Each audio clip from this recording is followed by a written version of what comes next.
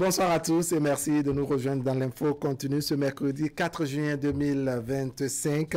On parle ce soir des collectivités locales en lien avec les actions des mairies. Les réformes sont passées un peu partout et le secteur de la décentralisation a eu également sa part de retouche. Une retouche qui fait son petit bonhomme de chemin mais qui n'exclut en rien les actions et les activités des maires en faveur des administrés. Dans certains cas, ce sont les réalisations de l'État central qui sont visibles. Dans d'autres cas, on se cherche et on se plaint de l'absence des actions pointues des maires qui doivent leur élection à des promesses de ci et de ça dans leurs communes respectives. On élabore donc ce soir autour de ces maires qu'on ne sent pas trop sur le terrain. Qu'est-ce qui justifie cette inertie et comment corriger le tir pour ne pas mettre en mal la réforme de la décentralisation? Pour en parler ce soir, nous sommes entre confrères. À ma droite, Prudent Nasséou. Prudent, bonsoir. Bonsoir, Wahab.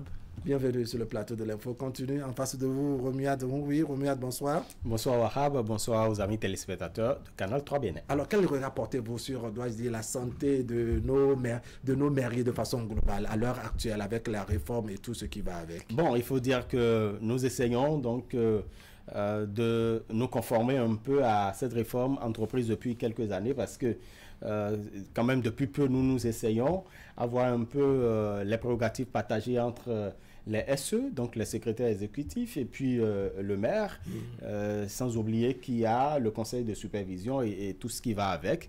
Et donc, nous sommes en train véritablement de nous habituer. Sinon, les autorités donc, des différentes collectivités locales arrivent à pouvoir se conformer aux tests, aux nouvelles dispositions. Voilà. Donc, en réalité, bon, cela... Effectivement, ça pose un certain nombre de problèmes aussi, parce que ça dénote de ce qu'il y a un effacement qui est constaté au niveau de la première autorité, celle-là même qui a été élue, et tout cela. Et donc, bon, pour le moment, je crois que les personnes qui sont à même, qui sont bien visibles, ce sont les secrétaires exécutifs d'abord. Ah oui, il parle d'un peu d'effacement. On va y revenir, mais vous, au moins pour les mairies que vous connaissez sur les 77 que nous avons au Bénin, en termes de santé, comment vous voyez la chose?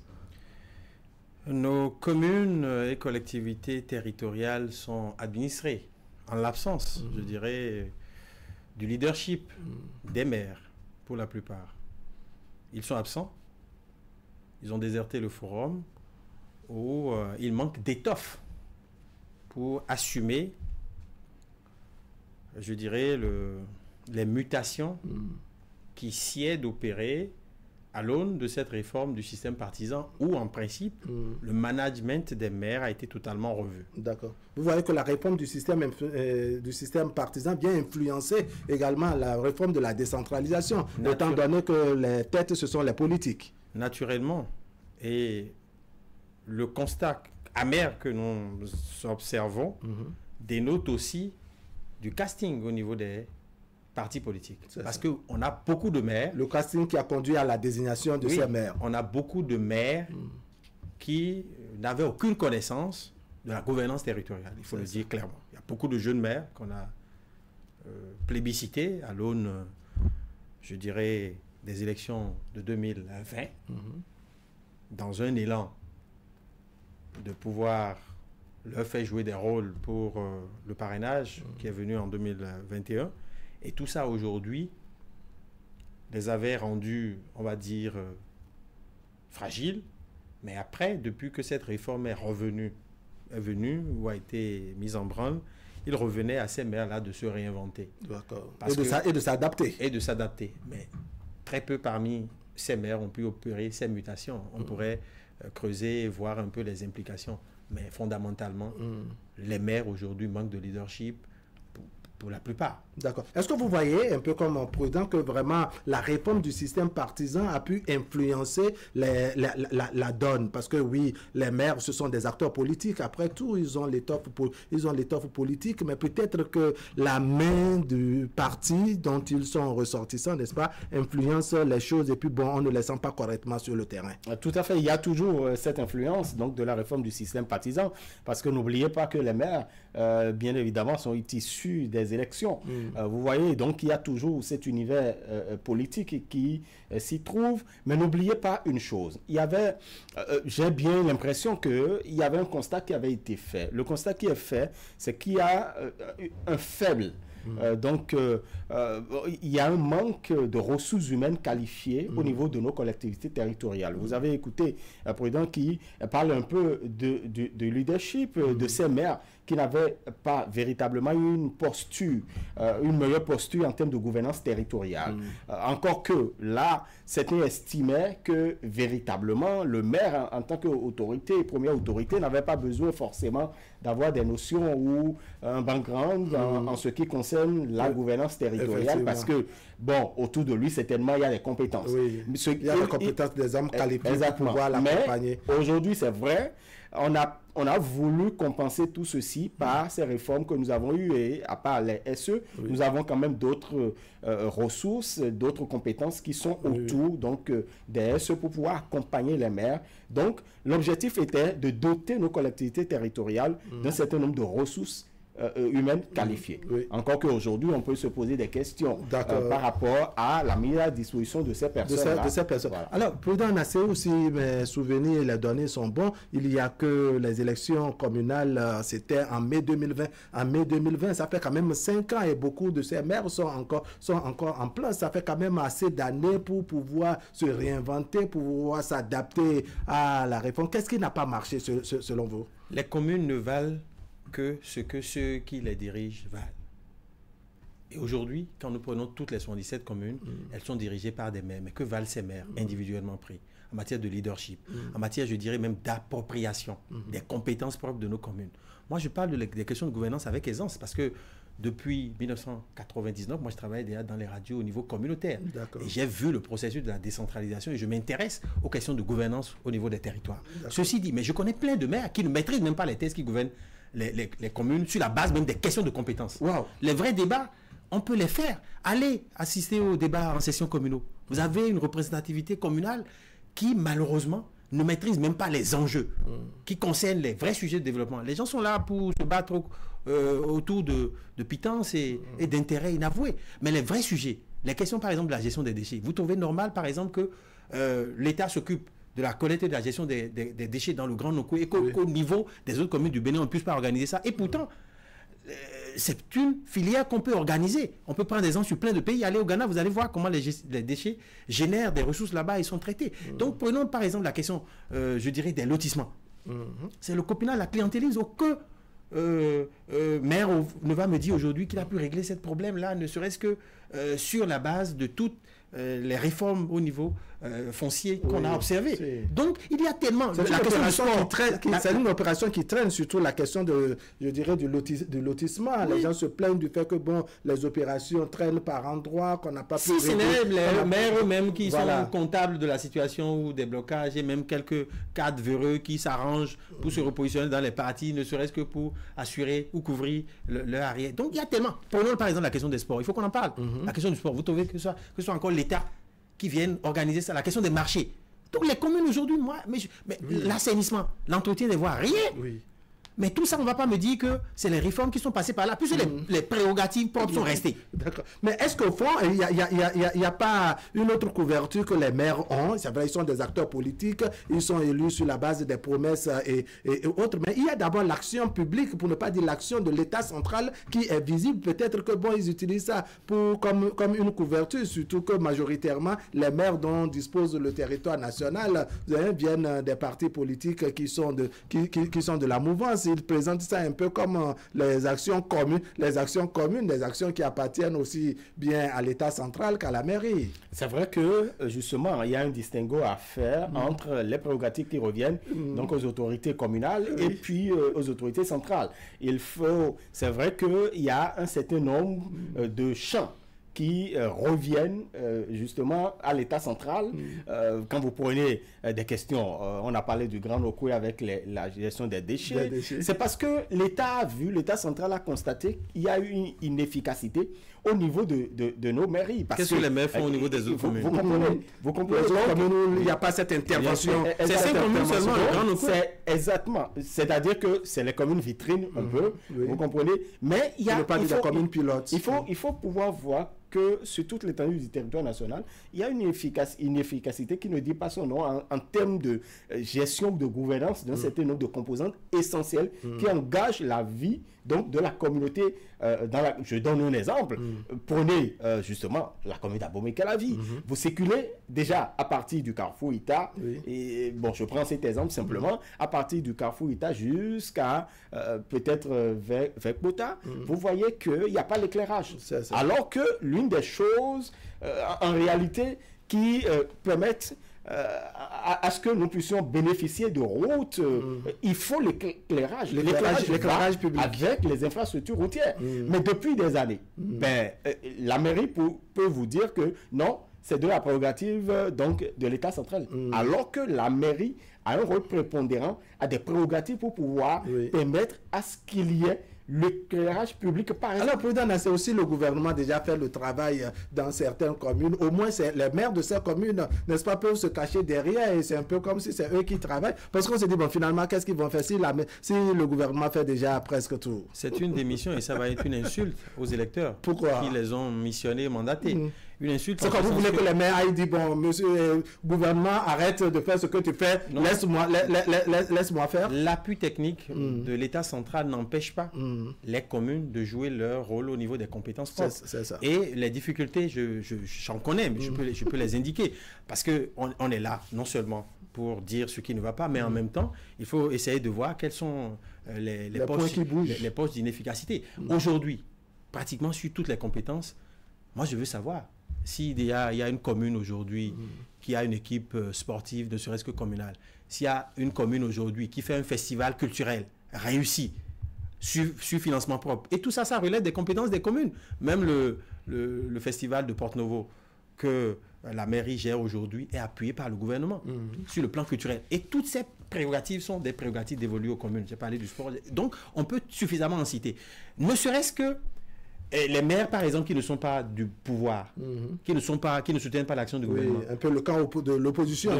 Est-ce que ces maires-là vont s'appuyer sur ce que le gouvernement fait pour dire voilà notre mandat? Non. C'est pour ça que je dis non, ça va être une insulte aux électeurs de dire, par exemple, que l'État travaille à notre place. Non. Les communes ont des compétences propres et chaque maire doit pouvoir travailler. Mais après, il faut reconnaître. Après, au niveau de certaines communes, il y a une démotivation au niveau de la mobilisation des ressources. Parce que là aussi, on a pensé que cette réforme, avec les orientations et les pouvoirs donnés à l'administration à travers de nouveaux cadres recrutés, allait booster les choses. Mais non, à certains niveaux, c'est le contraire. D'ailleurs, les choses. À certains niveaux, c'est le contraire. Puisque les gens n'étaient pas du tout expérimentés, il y a des conflits d'intérêts inavoués.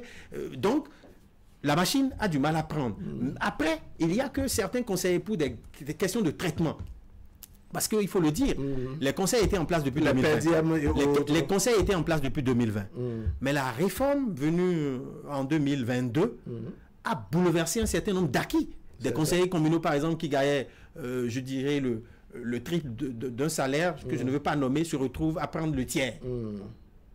Pendant ce temps, ça a créé des frustrations. Ceux qu'on a élevés, conseillers, présidents de commission, qui étaient conseillers qui sont devenus présidents de commission, prennent 4 fois leur salaire ou 5 fois. D'accord. Et ça, ce sont des barèmes que les cadres du ministère de l'administration et de la commission qui se ont taillé, qui ont créé des disparités. Or, les conseillers individuellement pris doivent travailler à la mobilisation des ressources. Au niveau de chaque commune. Donc tout ça aujourd'hui, mis dans la balance, fait qu'il y a une démotivation, les gens n'ont plus intérêt à... Alors, selon vous, au-delà de la question politique, de l'influence des partis politiques et autres sur la gestion, le management des maires, qu'est-ce qui justifie selon vous cette inertie, le fait qu'on ne sent pas certains maires? On peut parler de moyens, parce que c'est ça que beaucoup mettent en avant pour justifier leurs actions. Oui, il peut avoir ou leur inertie. Il peut avoir les moyens, un manque de moyens, il peut avoir cela. Mais il faut quand même avouer qu'il y a quand même un travail qui a été fait.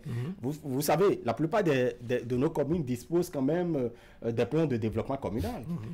Vous voyez, ils ont même plusieurs versions. Vous comprenez? Et donc, cela renseigne sur les différentes sources, les différentes potentialités de la commune. Et donc, ces différentes potentialités de la commune pourraient permettre à avoir des sources ou diversifier les sources de revenus. Vous comprenez? Et donc, une certaine... Mais est-ce que d'abord, en termes de mobilisation des ressources propres et autres, est-ce que le management, vous pensez que beaucoup de nos mairies réussissent comment dire, réussissent à obtenir cela, à avoir la moyenne, si on devrait le noter, sur ce plan, la mobilisation? Pas du tout. Vous savez que, bon, c'est vrai qu'on n'a pas non plus les statistiques, on n'a pas les chiffres afférents, mais quand on regarde un peu, quand on observe ce qui se passe, on peut quand même voir que dans certaines communes, il n'y a pas véritablement de ressources qui sont mobilisées, il n'y a peut-être pas de moyens, mais on peut faire preuve d'ingéniosité, on peut pouvoir quand même faire un certain nombre de partenariats parce que vous entendez telle mairie est en partenariat avec telle autre, et donc c'est toujours pour avoir l'appui financier. Donc on peut diversifier les partenariats, on peut diversifier un certain nombre de sources de revenus, on peut être ingénieux tout de même, parce qu'on a de nouvelles compétences et on a des jeunes désormais qui sont mis à disposition, qui peuvent réfléchir pour pouvoir quand même trouver les voies et moyens pour avoir des ressources propres, mis à part ce que l'État pourrait donc apporter. Beaucoup de maires, n'est-ce pas, sont venus à la tête avec des promesses faites à leur mandant et autres. Comment on justifie pour ces cas où vraiment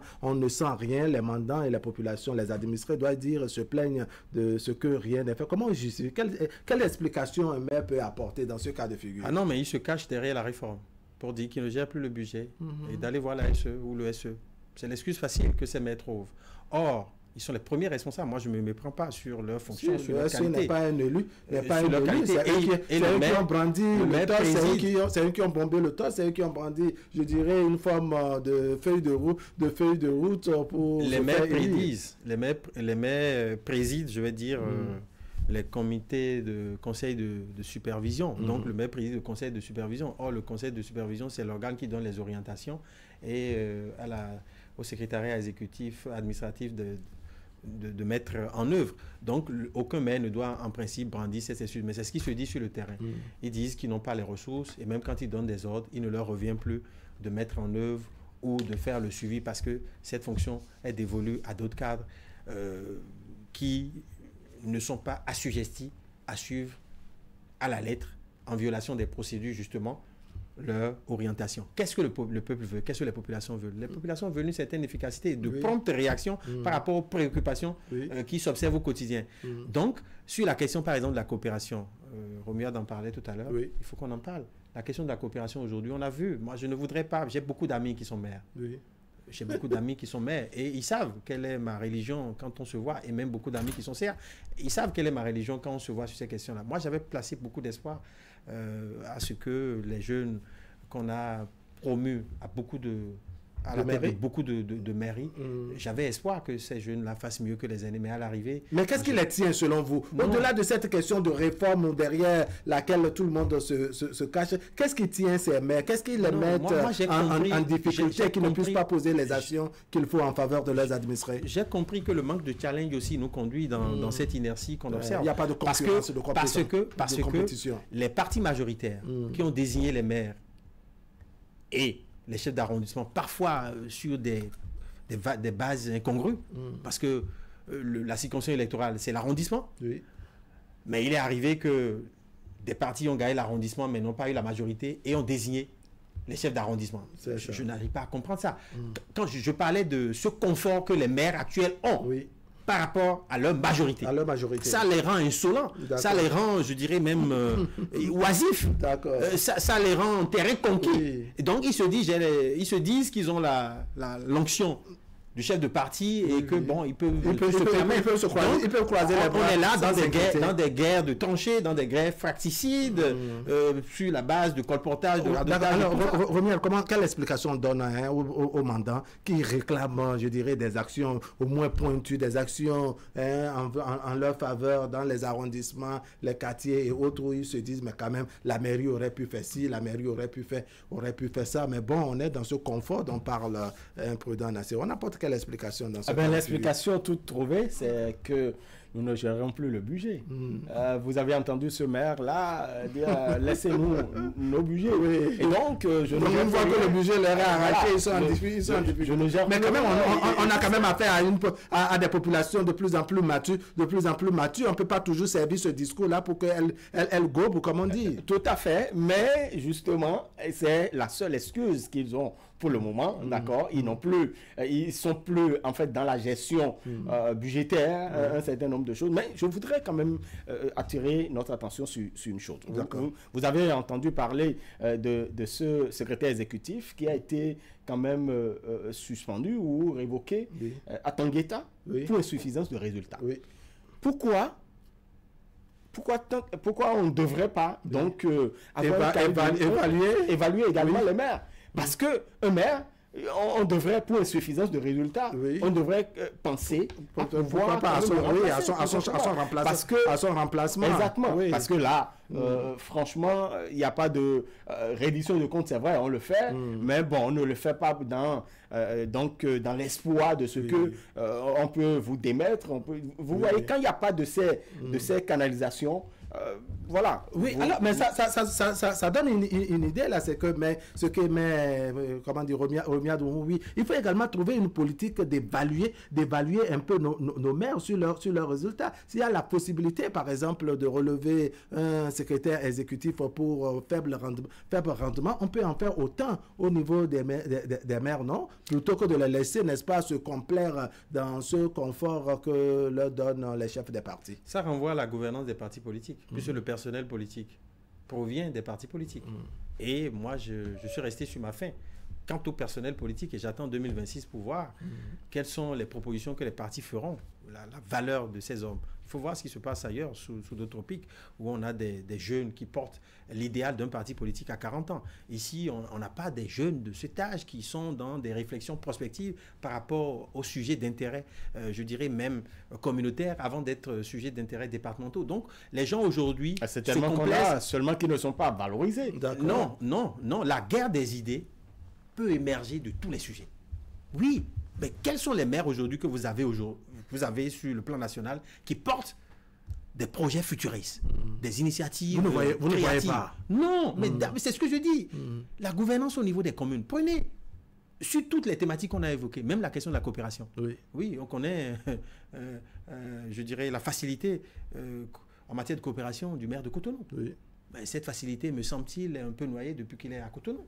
On a vu tout ce qu'il a pu engendrer. Dans le cadre de la NCB, oui, ça bouge un peu, mais il y a toujours du plomb dans l'aile. C'est ça. Mais sur la question de la coopération, combien de maires aujourd'hui vous avez qui sont allés en jumelage avec des grandes villes, que ce soit au sud, les relations sud-sud avant les relations nord-sud. Non, mais vous êtes tellement plaintif pour qu'on se dise, mais quand même, on peut se passer de nos maires. Ça pose un véritable problème. On est à l'heure du bilan. C'est ça. Donnez-moi des exemples. On est à l'heure du bilan. Donnez-moi des exemples. Tout ce que les maires ont pu faire, c'est de se contenter de conforter leur ancrage politique ou de prétendre travailler pour leur parti politique. D'accord. Après, comme ça, selon vous, comment faire pour, je dirais, renverser la tendance? Parce que oui, on a besoin des maires travailleurs, on a besoin des maires qui posent des actions. Ils font faire de présence. Non, il ne s'agit pas d'aller se refroidir dans les bureaux climatisés. On parle des actions, n'est-ce pas, qui touchent les populations, pour qu'ils puissent être des relais, je dirais, de l'État central. Certainement qu'il y a des actions qui sont posées qui ne sont pas encore visibles aujourd'hui. Mais c'est cette visibilité que réclament les populations. Ce qu'on pose comme action, n'est-ce pas, qui touche les administrés, c'est de ça nous parlons. Parce qu'il y a de ces endroits où vraiment les maires sont des inconnus au bataillon, on ne les voit pratiquement pas sur le terrain, peut-être parce que bon, eux-mêmes ils ne maîtrisent pas, je dirais, leur territoire en quelque sorte. Il y a de ces plaintes comme ça du nord au sud. Il y a certainement des maires qui quand même posent des actions actions qui sont des actions quand même louées par les populations. On peut pas... Ici, nous tablons sur ceux qui vraiment ne sont pratiquement pas.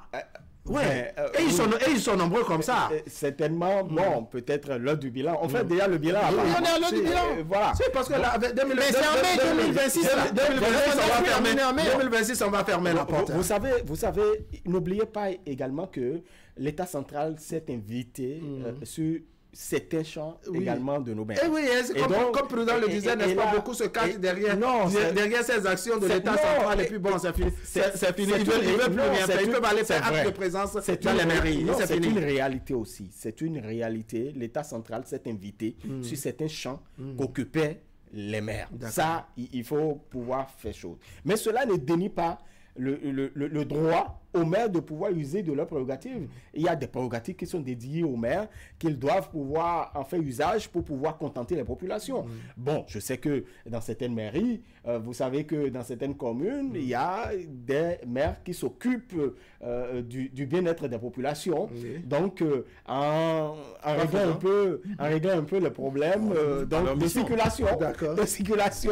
C'est pour le bien-être également des populations. Mais il y a des modèles ailleurs. Vous avez cité quelques cas, n'est-ce pas, des pays de la sous-région et même au-delà, qu'on peut copier. Pourquoi on reste toujours les bras croisés alors que, par exemple, en matière de coopération, en matière de gestion de déchets, des déchets et autres ordures de nos communes, en matière de mobilisation des ressources pour pouvoir faire ce qu'il faut, on peut vraiment revoir les choses et booster les choses. Avant de revenir à ce détail que vous demandez, je vais rebondir sur un point qu'évoquait tout à l'heure, relativement à l'assistance dans les crises et catastrophes. Par ces temps de pluie, il y a beaucoup de populations sinistrées. Vous avez vu des maires à leur côté pour quoi que ce soit? Non. Peut-être que les actions sont en cours. Ça les intéresse pas. Ils sont en train de se préparer pour descendre. On est en train de justement dénuer la décentralisation de ses acquis. Parce qu'avant, le maire pouvait agir. Peut-être qu'ils ont raison de dire qu'ils ne gèrent plus le budget, mais on les veut plus proches de la population. Je les vois dans des activités politiques, mais ce n'est pas ça la première mission qui leur est dévolue si on s'en tient aux prérogatives propres. D'accord. Puisque le maire est le premier responsable de la commune. Et la commune, c'est une personne morale. Donc, dès que vous êtes élu, il n'y a plus de je suis de tel parti ou je ne suis pas de tel parti. Vous êtes élu pour le développement territorial de la commune. Donc, il n'y a plus de je suis UP, je suis BN. Le développement territorial, est-ce que vraiment beaucoup de nos maires comprennent ça, qu'ils sont vraiment là pour ces genres de missions? Ils sont là pour superviser, selon eux. Ils sont là juste pour superviser. Pour superviser quoi? C'est-à-dire aucun travail quand on parle de supervision, c'est que bon, il y a au moins des actions engagées, et puis vous êtes là un peu comme un surveillant, allez à gauche, faites ci, faites ça. Mais quand absolument rien ne se fait, vous supervisez quoi concrètement? Eh ben, on va leur poser la question, mais toujours est-il que effectivement, les populations sont vraiment... Il y a un peu d'attentes ou beaucoup d'attentes qui ne sont pas comblées. Malheureusement, il faut quand même l'avouer. C'est vrai qu'on pourrait vous parler de ce que les mairies ne gèrent plus un certain nombre de choses. Vous voyez, par exemple, si les marchés et les infrastructures marchandes qui sont érigées un peu dans les communes, si l'agence ne gérait pas et que c'est la mairie qui avait peut-être cette prérogative-là de gérer peut-être un marché, ça pourrait être des revenus. Mais dans les questions de supervision dont vous parlez, les mairies peuvent davantage bousculer, je dirais, cette agence qui s'occupe de la gestion. Autonome, mais l'agence s'en occupe. Et puis voilà. Non, mais quand même, ça devient un détail non négligeable. Quand on parle, je dirais, de la gestion des marchés et autres centralisés désormais dans les mains d'une agence, quand ça ne va pas au sein d'une commune, les populations, c'est leur premier répondant, ce sont les maires. En temps normal, les mairies, on doit dire la latitude de bousculer cette agence de manière à ce que les donnes puissent changer. Non, l'indépendance de l'agence fait que elle peut rester sourde à tout ce qu'on lui dit. Wahab, il faut relativiser. Allons-y. Sur la question de la gestion des marchés, il y a les marchés modernes construits par l'État, dont la gestion est assurée par une agence. Mais les marchés les marchés propres ou qui existaient sont toujours gérés par les services marchands des communes. D'accord. Et à ce niveau, il n'y a pas de confusion possible. D'accord. Mais qu'est-ce que... En fait, quand vous parlez de marché, quels sont les marchés? Non, parce qu'en réalité, quand vous prenez une commune, c'est au minima 5 à 10 petits marchés. Parce que quand vous prenez les petits marchés, au moins chaque arrondissement, au moins, a son petit marché. Mais les grands marchés modernes ne sont que des échantillons de marchés. Et on comprend. Parce qu'avant même que l'État les construise, l'État est allé en négociation avec les communes et un protocole d'accord a été signé avec eux pour pouvoir leur prendre une partie de cette compétence. Mais ils ont toujours pouvoir sur les autres marchés secondaires. Mais qu'est-ce qu'ils en font? L'assainissement au niveau de ces marchés pose problème. L'organisation de la gestion des déchets, ici, ce n'est les grandes communes. Maintenant, tout ce que nous disons là fera mal à beaucoup de maires qui s'échinent, qui se battent. C'est vrai que l'échantillon des maires fainéants est justement fort par rapport aux maires qui se débattent. Et donc, on ne peut pas partir de quelques cas exceptionnels. Et c'est pour ça que vous allez remarquer que je voudrais vous écouter sur les questions d'éclairage public qui posent problème par endroit, en dépit, je dirais, des grands efforts qui sont faits. Quand on prend, par exemple, la commune d'Abomey-Calavi, où l'éclairage public est source de débat, est objet de débat depuis fort longtemps, on se demande qu'est-ce qui se passe à ce niveau. Il faut nuancer. Quand on prend beaucoup de communes aujourd'hui, leurs ressources ne leur permet pas d'engager des travaux d'éclairage public. Pourtant, c'est dans leur prérogative. Non, j'en viens. Oui, c'est dans leur prérogative. À grands frais. J'ai bien dit à grands frais. Mais après, leur leadership peut être mis en œuvre, mis en jeu pour aller auprès des mécènes, demander un certain nombre de lampadaires solaires pour éclairer. Pourquoi pas? Les questions de partenariat, là aussi, devraient aller dans ce sens. Je parlais en début de leadership. Et dans ces cas, on a vu les rares cas où les maires ou les adjointes au maire ou même les adjoints au maire où les CA ont eu des lampadaires, c'est pour aller éclairer leur maison ou éclairer la maison de leur encore une fois, mauvaise gestion. Mauvaise gestion. Mais c'est toujours dans l'arrondissement. C'est toujours dans l'arrondissement. Mais pour ce qui est de l'éclairage public qui traverse les communes, ça, les responsabilités sont partagées entre l'État. Vous n'allez quand même pas dire que si un maire plutôt est à Calavi et que sa copine est à Cotonou, qu'il va laisser Calavi aller éclairer. J'ai demandé lampadaire, j'ai eu, on m'a envoyé. Allez, je vais vous écouter, ce serait votre mot de conclusion. Non, ben, il faut quand même, il faut espérer que qu'à l'avènement des prochaines élections communales et municipales, peut-être nous aurons un changement de paradigme et nous aurons peut-être un nouveau visage au niveau de nos municipalités et communes. Quand on sait que quand la réforme était entreprise, on parlait de ce que il faut que les ressources soient mobilisées dans les communes pour pouvoir passer d'un statut à un autre et que les mairies qui auront à mobiliser un certain nombre de ressources seront récompensées et seront appréciées. Mais qu'est-ce qui est fait jusque-là? Vous voyez, on ne sent pas une certaine motivation au niveau des autorités communales. Peut-être que ça se travaille dans l'ombre, mais reste à savoir si véritablement la population voit ce que font. D'accord, un peu de mot prudent. Ce management que vous voyez en berne, pensez-vous qu'en 2026, les choses vont changer? C'est pas évident que ça change, puisque le temps qui nous reste est trop court. Il revient aux partis politiques de prendre leurs responsabilités et de faire de bons castings pour que nous ayons des maires plus ambitieux, plus ouverts sur les questions de prérogatives propres et plus ouverts sur le monde, avec une vision prospective à moyen et à court terme. D'accord. Président Nassero, merci beaucoup. Merci pour votre disponibilité. Mesdames et messieurs, ce serait tout pour aujourd'hui. Merci de nous avoir suivis. L'information contenue sur Canal 3 Bénin. On va se donner rendez-vous demain pour partager avec vous le reste de l'actualité. On aura l'occasion, bien entendu, d'évoquer ce sujet, n'est-ce pas, qui est tombé cet après-midi. On attend de voir l'évolution des choses, notamment l'existence légale du parti PRD, le parti donc de Maître Adrien Houmbédji, les notes circulaires entre les deux, la réponse, une forme de tic au tac, la lettre du ministère de l'Intérieur en direction du parti PRD et la réponse également de Maître Adrien Houmbédji vers le ministère. On va décortiquer tout cela demain soir sur l'info continue. La rediffusion ce soir, c'est à 23h et demain autour de 10h30. Allez, portez-vous bien.